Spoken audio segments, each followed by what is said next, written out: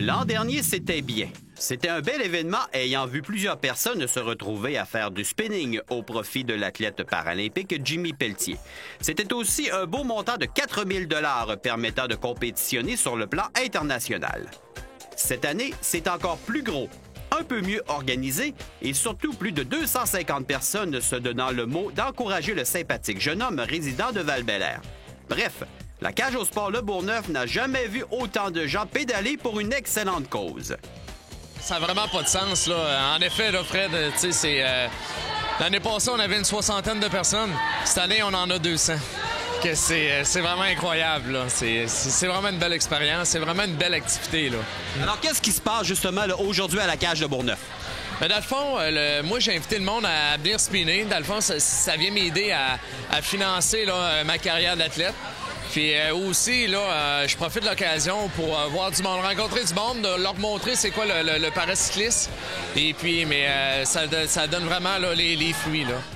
Sur place, plusieurs personnalités voulant faire un effort et aider Jimmy à réaliser ses rêves. Justement, pour l'encourager, parce que je le sais à quel point il s'entraîne fort. Toute l'énergie qu'il met là-dedans, lui et les autres athlètes paralympiques, c'est pas moins des athlètes, s'entraînent pas moins fort parce que ça s'appelle para. Ils s'entraînent aussi fort que n'importe quel athlète olympique, sauf que le soutien, il est pas là nécessairement autant que pour les athlètes olympiques.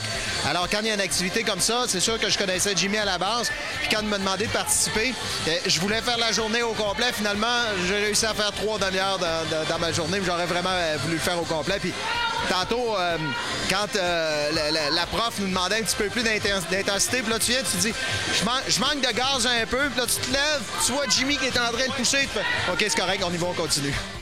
Ouais, c'est sûr que de faire du sport dans la cage au sport, c'est quand même nouveau pour nous autres. Normalement, on écoute le sport, donc j'ai dit à Jimmy, on devrait faire du sport à la cage. Alors, c'est une deuxième année. On a doublé le nombre de vélos. C'est vraiment un gros succès aujourd'hui. On va avoir tout près de 300 personnes qui vont avoir fait des demi-heures. Jimmy, écoute, c'est un gars qui s'en va aux Olympiques, Paralympiques en 2016. Je pense qu'il vaut le coup de l'encourager, c'est sûr. Mais t'es un gars quand même qui bouge beaucoup, là. Oui, moi je fais beaucoup d'entraînement cet hiver, particulièrement de course, parce qu'il y a le marathon d'Ottawa le 25 mai.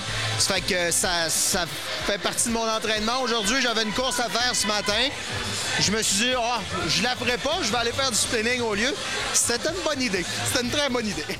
La préparation pour Jimmy se porte à merveille. Ça va super bien. L'entraînement va, tu sais, c'est incroyable. J'ai changé de machine. Avant, j'avais un Computer Trainer. Je pensais qu'une nouvelle machine. Puis depuis ce temps-là, c'est mon entraînement là, à monter. Que je sais qu'il m'en manque encore, mais tu sais, je suis vraiment dans le bon sens. Focus toujours pour Rio 2016? Toujours. Rio, puis on travaille à chaque jour, à chaque semaine, à chaque mois, à chaque année.